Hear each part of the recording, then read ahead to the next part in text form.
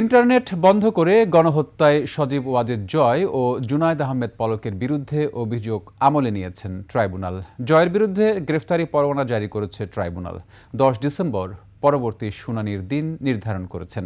এর আগে জুলাই গণঅভ্যুত্থানে মানবতাবিরোধী অপরাধের অভিযোগে সাবেক প্রধানমন্ত্রী শেখ হাসিনার ছেলে সজীব ওয়াজেদ জয় ও সাবেক প্রতিমন্ত্রী জুনায়েদ আহমেদ পলকের বিরুদ্ধে আনুষ্ঠানিক অভিযোগ ট্রাইব্যুনালে দাখিল করেছে প্রসিকিউশন। বৃহস্পতিবার দুপুরে এ প্রতিবেদন দাখিল করে। এর আগে বুধবার চিফ প্রসিকিউটর কার্যালয়ে আন্তর্জাতিক অপরাধ ট্রাইব্যুনালের তদন্ত সংস্থা প্রতিবেদনটি জমা দেয়। যাচাই বাছাই শেষে প্রতিবেদনটি ট্রাইব্যুনালে দাখিল করা হয়। প্রতিবেদনে জয় ও পলকের বিরুদ্ধে ইন্টারনেট বন্ধ করে হত্যায় প্ররোচনা ও সহযোগিতার অভিযোগ আনা হয়েছে।